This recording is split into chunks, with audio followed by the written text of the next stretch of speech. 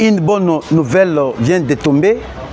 Bombardement total au centre de Walikale. Awa ezali ya koinda. Merci beaucoup na ba autorité na biso oyo ba uchi koyokela biso. Ndenge to sengaki. Ndenge to lobaki. Na makambo oyo etali Walikale. Na minute ndenge to zali koyebisa bino awa. Bombardement. Bandeko balandi nyoso tu ya Olivier les news télévision. Nazali na esengo mingi epele ya kokutana na bino tongo ya lelo pourquoi ya lelo pour que to partager na bino mai oyo nyoso tu ezali koleka na mboka na biso kiye la République démocratique du Congo. Mes chers amis, mes chers compatriotes congolais, nazali kosenga bino boko ta vraiment epele Beau partager notre émission et n'oubliez pas de vous abonner massivement et n'oubliez pas de cliquer sur cloche et n'oubliez pas de laisser vos commentaires et vos j'aime. J'ai une bonne nouvelle de vous apporter ce matin. Na minute oyo boyokaki déjà le M23 s'est positionné de venir attaquer la ville de Kisangani. Dernièrement, bamekaki ko bombarder bango, bakimaki baké ko batama dans les alentours de Walikale. Et lorsque ba bombarder bango, ba ye koloba que non, cessez les faits, mais c'est to se retirer. Zo kezala ki lukuta, ba se retirer kité, bango bakendaki ko batama na ba position o ezali aux alentours ya Walikale centre. Et na minute oyo ndenge tozali koyebisa bino depuis hier boyokaki comment est-ce que ba M23 ba banda ki mena ko se renforcer na ba position na bango na aéroport ya Kigoma précisément na Walikale centre. M23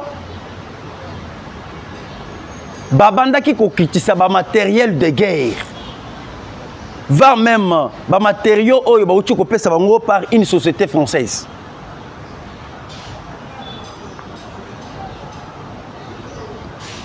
Nous avons une société française oyo e uti ko pesa bango ba matériel de guerre.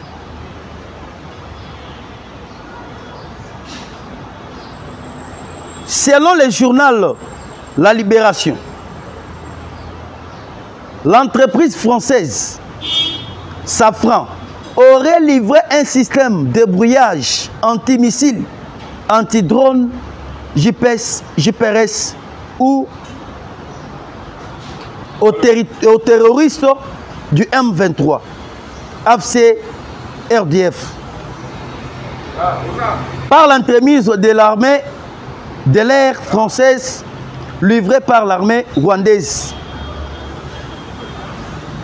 Boyoki. Une grande société, il y a France. Et qui est copé ça ba M23 Minduki. Et Minduki oyo ba qui est copé ça bango ezali Minduki de l'air et Minduki terrestre. C'est-à-dire oyo des appareils.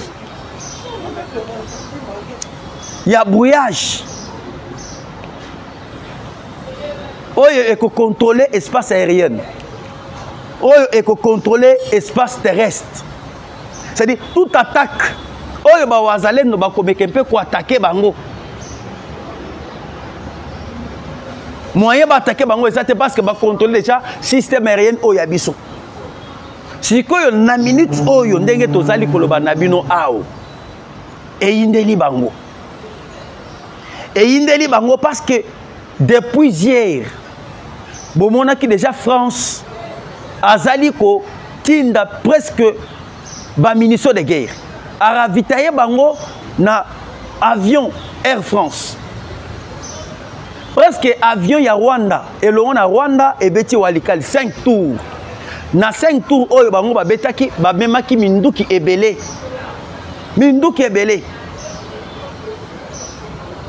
bota la minduki oyo ekiti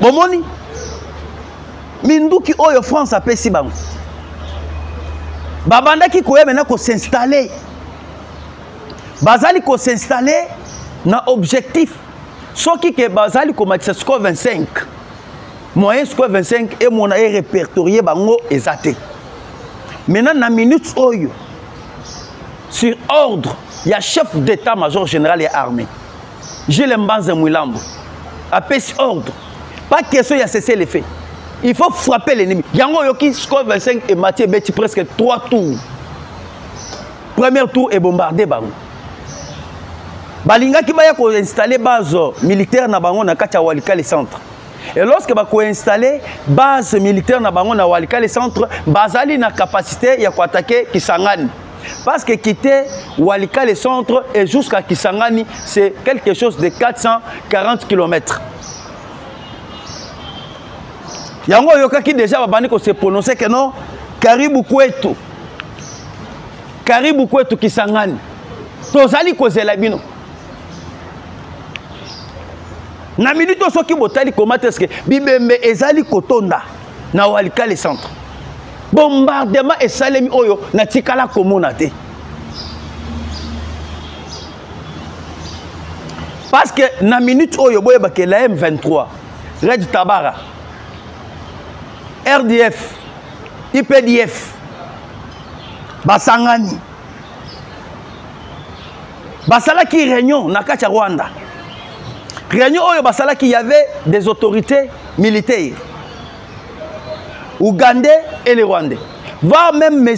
Corneille Nanga azalaki sur place na réunion oyo bango basalaki basali réunion avec seul objectif comment renforcer toutes les positions ya ba M23 bar Alliance Fleuve Congo ya Kabila bakoka kokweisa oyo tobengi Kisangani parce que à travers Kisangani bazali na capacité à traverser vers Kindu à partir de Kindu ceux qui bazou Kindu c'est-à-dire bazou prérogative ya ko percer jusqu'à Katanga Kolwezi na Tanganyika c'est ça leur plan oyo bango bachaki mais na minute oyo bapesi bango maman la leçon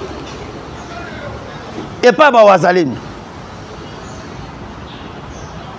tozali ko continuer je pense que Torolobela paix makambo ebele à ce qui concerne maintenant si à moi na Museveni contre le général Luboyenga Cham le général Luboyenga Cham a outi ko répondre aïe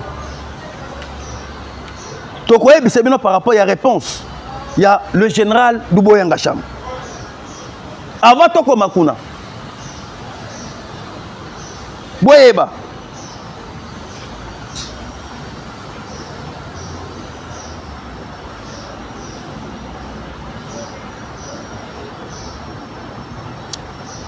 au moment où je vous parle, selon les affrontements qui se produisent aujourd'hui, le matin, entre nos forces armées et les M23.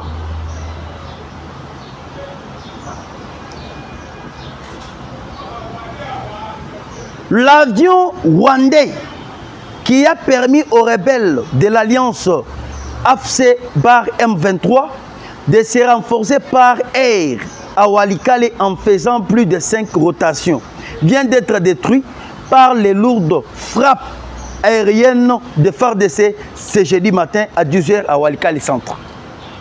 C'était un aéronef utilisé par les rebelles de l'AFC bar M23 depuis qu'ils ont conquis la cité de Walikale centre. Les bombardements ont eu lieu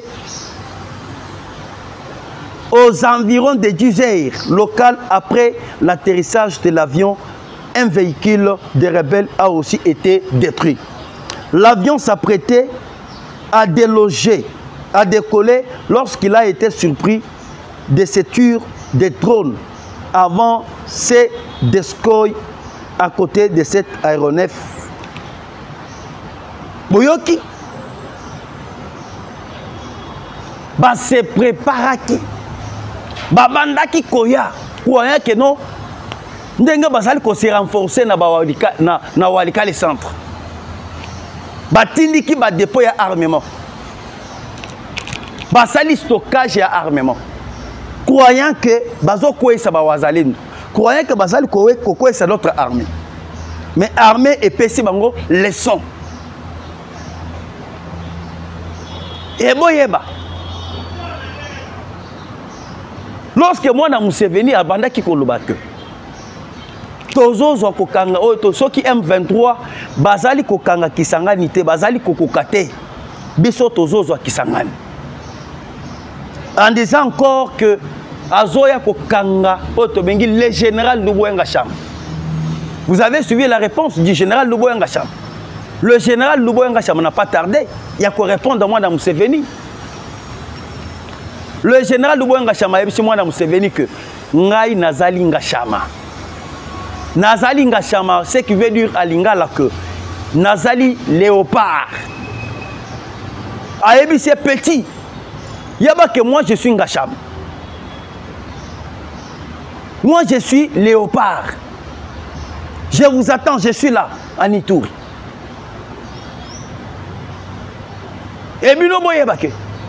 Na minute yo, tango mwana Kakuta Museveni azali kolobake non, azali koya na Ituri, azali koya na Kisangani. Il faut maintenant comprendre, bazali koya na façon nini.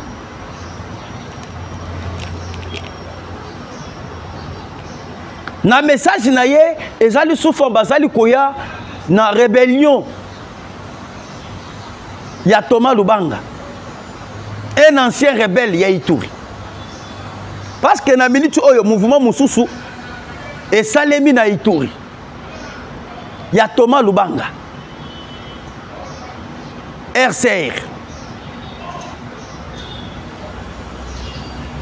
Et Bazoli maintenant va profiter, l'Ouganda va profiter si il y a Thomas Lubanga, va utiliser yé, va déstabiliser Ituri. C'est ça le message du fils de Kakuta Museveni.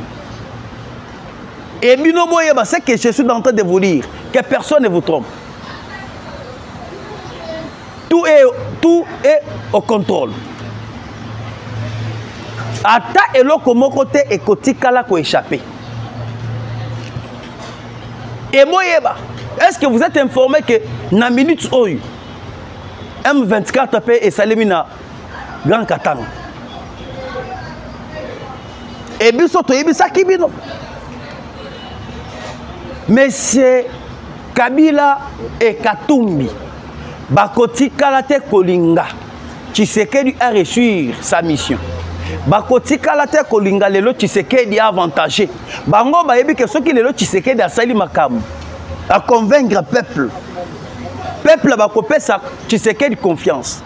Et lorsque le peuple congolais bakopesa Tshisekedi confiance, bango bakozala na droite ya kozonga lisuna kati ya Congo. Maintenant, qu'est-ce qu'il faut?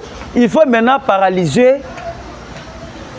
le gouvernement de Tshisekedi, de faire tout et tout, de mettre des jambes à coque, que Tshisekedi ne puisse pas réussir. Tshisekedi a échoué. C'est Kabango, c'est Kapena Tshisekedi.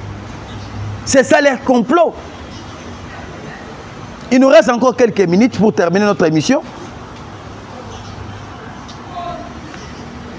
Na minute on dengue to sali ko ebisa bino.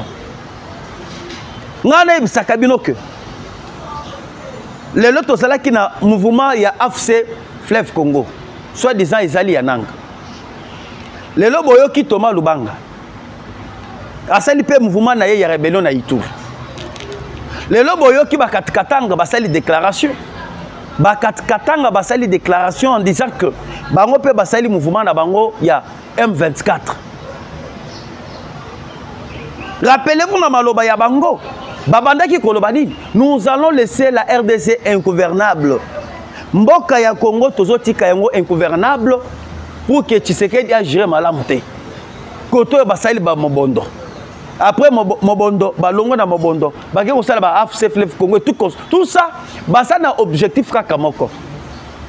Tshisekedi akamba malamuté, Tshisekedi a échoué biso tozonga. Et na minute oyo boyeba. Kabila a compris déjà que en 2028, si il y aura les élections au hasard, bango na Katumbi bakozala na droite ya kozonga na Congo. Attention qu'il y a l'élection Salimi Tshisekedi a mis dauphin na ye. bakozonga kate na Congo parce que basala ba mbeba ebele bayiba baboma. Imaginez-vous mutuloko la Katumbi wana. Katumbi akamati pena montagne mobima ya ba minéraux. Oyo bakoki ko exploiter yango pendant 20 ans. Mais Katumbi a eu montagne mobima ya minéraux ya Katanga. A exploité yango pendant une année. Vous trouverez ça normal. Baza batumoko bazali na ba mbeba ebele basala na Congo aw. Et Kabila yebi déjà que en soi soki na zongi na Congo likamu ya Katumbi likamu ya la mort de Katumbi Mwaki ezali na mesa. Likambo ya bundu ja Congo, bundu ja Mayala ezali. Dossier ya kamwena sap ezali kozela ye. Tant que Tshisekedi est au pouvoir, tant que batu oyo bazali na obédience na yete bazali au sommet ya l'état. Bako quitte jamais ko protéger ye. Bako kanga kaye toujours. Maintenant quoi faire? Il faut maintenant déstabiliser Tshisekedi, prendre les armes. Revenir maintenant au pouvoir. Lorsqu'ils vont revenir au pouvoir, entre bango bako se protéger. Batu oyo baboma 15 millions de Congolais.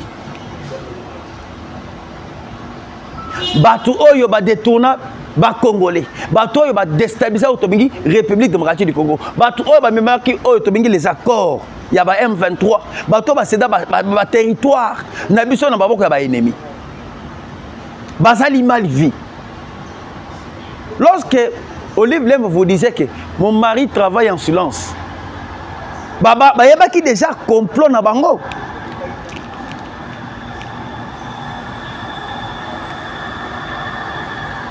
Imaginez-vous, dans ces pays, les Congolais ont plus ou moins 15 millions de Congolais. Tout l'équivalent même na bateau est na deuxième guerre mondiale. Bateau est na deuxième guerre mondiale. Biso ba Congolais to l'équipe bango. Et boye ba que deuxième guerre mondiale tango Salama. Et Salama na ba état ebelé. Pologne, Sangana, États-Unis, Russie, bango nyonso na ba Sangana. C'est-à-dire bitobe Salama presque monde mobimba. Parce que la RDC a zappé parmi pays oyo etindaka bato bakende kobunda na deuxième guerre mondiale. Mais imaginez-vous, presque plusieurs pays est perdu à battre. Bakoufa. Mais biso Congo, un seul pays, nous avons perdu 15 millions. Toleki na batu ebele bakoufa na deuxième guerre mondiale. La solution de notre pays, il faut arrêter Kabila, arrêter Katumbi.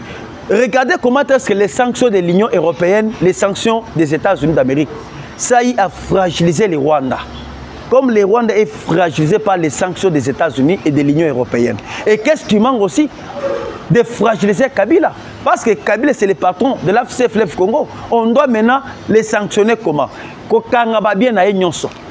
Koboto la tous les biens de Kabila qu'il possède. Et lorsque Tokoboto la bien na nyonso tout, je pense que va même à l'AFC-FLEF Congo et qu'on va la fragiliser. Merci beaucoup na Balandignon, surtout il y a Olivier Les News à télévision. Je suis content et très ravi de vous retrouver ce matin. Bobo Sanate, Oyezali, deuxième partie à notre émission. Parce que à chaque moment où tu peux partager par jour, je peux ranger pour faire que chaque jour tu as la 3 émissions. Tu sali na tongo, tu sali na après-midi avant que tu la paix, tu participer émission moussous. Parce que ça nous permettre bisognon surtout tous à la page. Il y a une émission, il y a biso. Et Bobo Sanate, Oyo a s'abonner, à s'abonner. Oyo a commenté, à commenter. Ceux qui ont aussi au s'abonner. Permettre biso pour que Oyo, Basal nan d'abord te, na chaîne Oyo a biso, Bakoka Kozo biso. Aux pays biso, aux biso images, aux na France, na Belgique, na Californie. Partagez partout dans le monde. Olinga Kande Konayo Olivier, partagez yango partout. Pour que Toko qui s'appelle 10 000 abonnés, tant que on a 10 000 abonnés, tout le monde a tapé abonnés, nous sommes à l'école. Et Bobo Sanate, Likamouya Vital Kamere, na Likamouya Jean-Pierre Memba. C'est un dossier que nous allons parler dans la 3e édition. tokota na bino lobi rendez-vous epesameli likamu ya Camere na Mbemba tokolobela ngo parce qu'il y a une guerre oyo efongwami entre Mbemba et Camere. Merci beaucoup.